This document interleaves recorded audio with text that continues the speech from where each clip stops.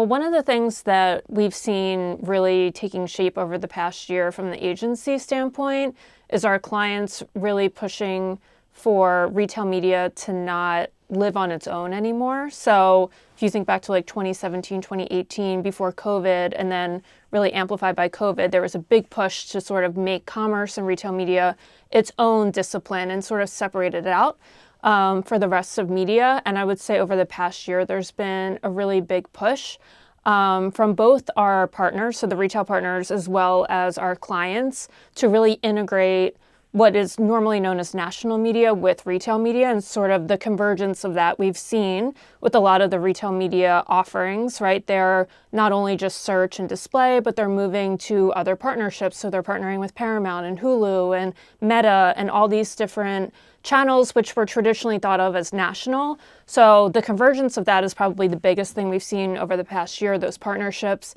and our clients and brands really asking us to make sure that we're thinking of them holistically together. And in that way, has the channel really grown? Yeah, it's absolutely grown. I think also just because of the ability to go into data signals and seeing how you can use them to affect other channels that were more traditionally focused on sort of broad audiences and demographics and other sort of impression-based KPIs. Now we have the ability to really use consumer insights and shopping behavior and signals to inform that type of media. So it really cuts down on a lot of the waste that we had, makes it more efficient, makes it more addressable to all of the consumers out there. Is there anything you want to add about how GroupM has leaned into retail media, how it best serves clients? Sure. I would say GroupM, has a centralized practice for commerce that we've built. We have over 200 commerce experts that are working in North America at this point. And over the past couple of years, just because of the quickness in which products are coming out and the changes that are happening with all the retail partners, there being more and more retail partners added on a daily and weekly basis. We've really tried to focus on training our individuals that are currently working there, not only in commerce, but organizationally across all different disciplines, whether you're working on a CPG account or working on some other kind of account. Making sure that everyone is aware of the industry and what's going on with it has been super important. So we launched GroupM University specifically for commerce about 2 years ago, and it has over 50 training modules with everything from like supply chain down to very specific retail partner activation products and instruction.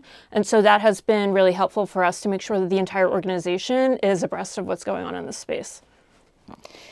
Okay, and how does retail media fit into an omnichannel marketing strategy? What are some of the benefits? Yeah, I mean, I think that, retail media, what used to be thought of as just it being on-site search, has obviously grown to be full funnel just by trade of all the offerings that are out there today.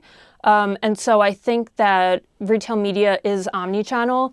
And I think that when you're a consumer, you don't realize whether the media that you're seeing is from a retail media budget or a national budget internally. You just know that you're seeing media that's promoting a product that we are trying to sell to you. And so from that point of view, everyone's saying retail media is media. Well, obviously it is, right? The consumer doesn't know what the background of how that media is being published is.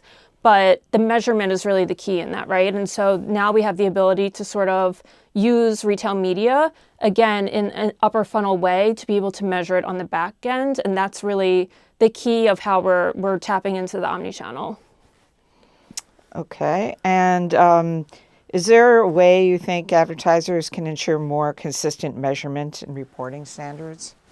Yeah, we're not there yet, obviously. And so, for us, we all want to look at things as an apples to apples comparison to make sure that we're investing where we're driving the most lift. And so, a lot of the partners are doing the math on the back end and providing it to us, and it makes it difficult. I had a client say on a panel recently at Adweek that she's never seen a negative ROAS ever from a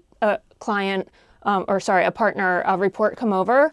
And that's, when you think about that, right? Like, is that true? Has really no media campaign that's ever been out there had a negative return? Probably not. But all the math that we get from their partners are always positive.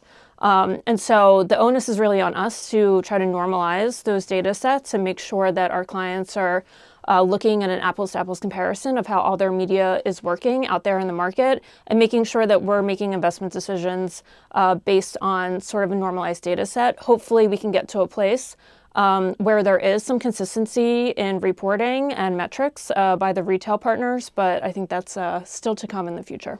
What are you excited about in the year ahead? I think the most exciting thing in the year ahead is really a lot of buzz around moving retail media from just being sort of online to also being in store. And so there's a lot of pilots and tests happening right now within our retail partners in the US. It's a little bit interesting because I feel like in Europe and in other markets, they're actually more advanced than we are with having digitization in stores and having retail media that was sort of birthed in store. We birthed it online in the US, and so we're sort of working our way back. But, from our clients' perspective, they still have 80 to 90% of their sales happening in brick and mortar. And so it's exciting to think that we'll be able to start using some of the investment here to really make sure that we're reaching people in the aisle in the store.